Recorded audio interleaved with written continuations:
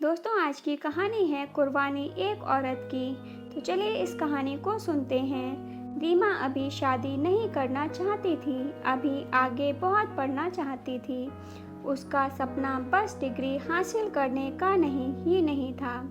उसके सपने में एक जान थी। रीमा की माँ शारदा जी बोली कि बस कर बेटा, और कितनी देर पढ़ेगी, थक जाएगी, अब थोड़ा आराम कर ले।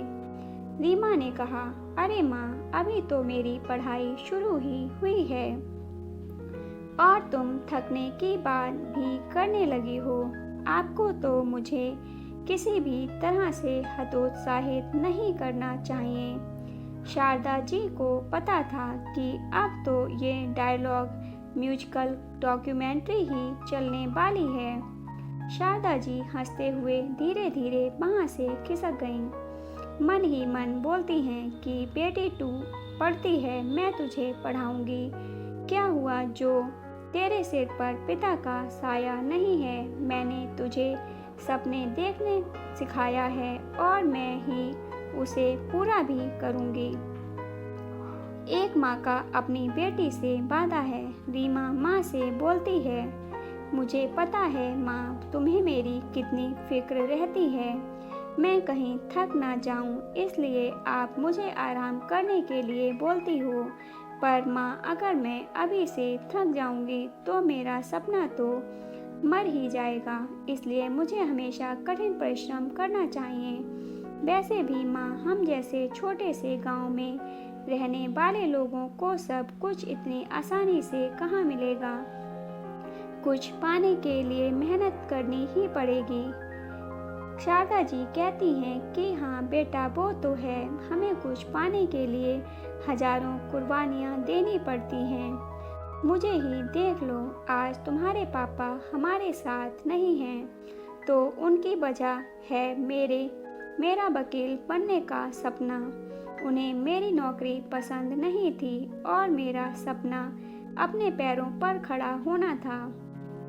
पापा को लगा कि मैं मुसलमानों के समुदाय में हूँ तो कभी पास नहीं हो पाऊंगी। मेरी भी जिद थी कि उन्हें सबक सिखाना है कि हम महिलाओं को भी कुछ करने का जज्बा है।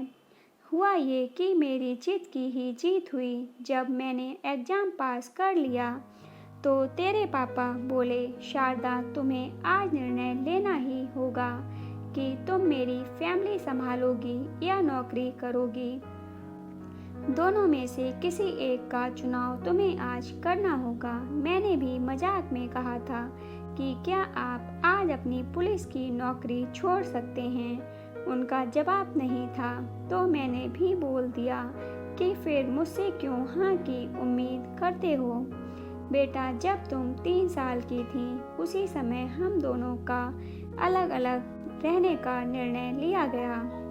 मुझे हजारों तकलीफ़ें सहनी पड़ी पर मैंने हार नहीं मानी। जीवन तो बहुत जटिल था तब, मेरा किसी का सहारा नहीं था मेरे पास। तब से आज तक पापा ने एक बार भी पलटकर मेरी तरफ नहीं देखा। मुझे मम्मी और पापा दोनों का प्यार मिला। बेटा, तू ही बता, उस समय मैंने क्या गलत निर्णय लिया था। रीमा कहती है, नहीं माँ, आपने बिल्कुल सही फैसला लिया। आपके जज्बे को मैं सलाम करती हूँ। आपने गांव में वकील बनकर रहने का फैसला लिया। आराम की जिंदगी को ठुकराकर आपने गरीब बेसहारा लोगों के लिए वकील बनने की जो शपथ ली है, उससे समाज को सिखाने की ज़रूरत है। आज आपकी वजह से मैं भी अपना सपना पूरा करने जा रही हूँ। माँ, मुझे ये तो नहीं पता कि मैं आपकी जैसी बड़ी वकील बन पाऊंगी या नहीं, पर आपसे वादा करती हूँ कि मैं हमेशा सच का ही साथ दूंगी। गरीबों के अधिकार के लिए हमेशा लड़ूंगी, वो भी बिना फीस के। सच्चाई की तह तक जाऊंगी, लोगों के साथ हमेशा न्याय ही करूंगी। दोस्तों, इस कहानी के बारे में अपनी राय कमेंट बॉक्स में ज़रूर दीजिएगा। साथ ही यदि कहानी अच्छी लगी हो तो लाइक और शेयर ज़रूर कीजिएगा। ऐसी ही अन्य कहानियों को सुनने के लिए चैनल को सब्सक्राइब कर लीजिएगा। कहानी को पूरा सुनने के लिए धन्यवाद दोस्तों।